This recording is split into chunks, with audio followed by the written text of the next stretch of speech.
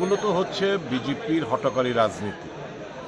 মানুষের দৃষ্টি অন্যত্র ঘুরিয়ে দেওয়ার জন্য এই জিনিসটা তড়িঘড়ি করে আনা হয়েছে। সমস্ত দিক দিয়ে বিজেপি সরকার, মোদী সরকার ফেলিওর। কৃষকের ইস্যু ডিসকাশন নেই, কর্মসংস্থানের ব্যাপারে বেকারত্বের ইস্যু কোনো ডিসকাশন নেই, আদানি ইস্যু ডিসকাশন নেই। কি করবে? মানুষের দৃষ্টি অন্যত্র ঘোরাতে হবে।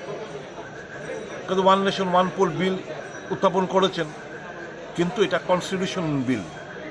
সংবিধান সংশোধন আনতে গেলে 3/4 যখন পাশ করাতে হবে, যেহেতু সংবিধান সংশোধনী বিল, তো 3/4 মেম্বারদের সমর্থন দরকার, যেটা ভারতীয় জনতা পার্টির কাছে নেই।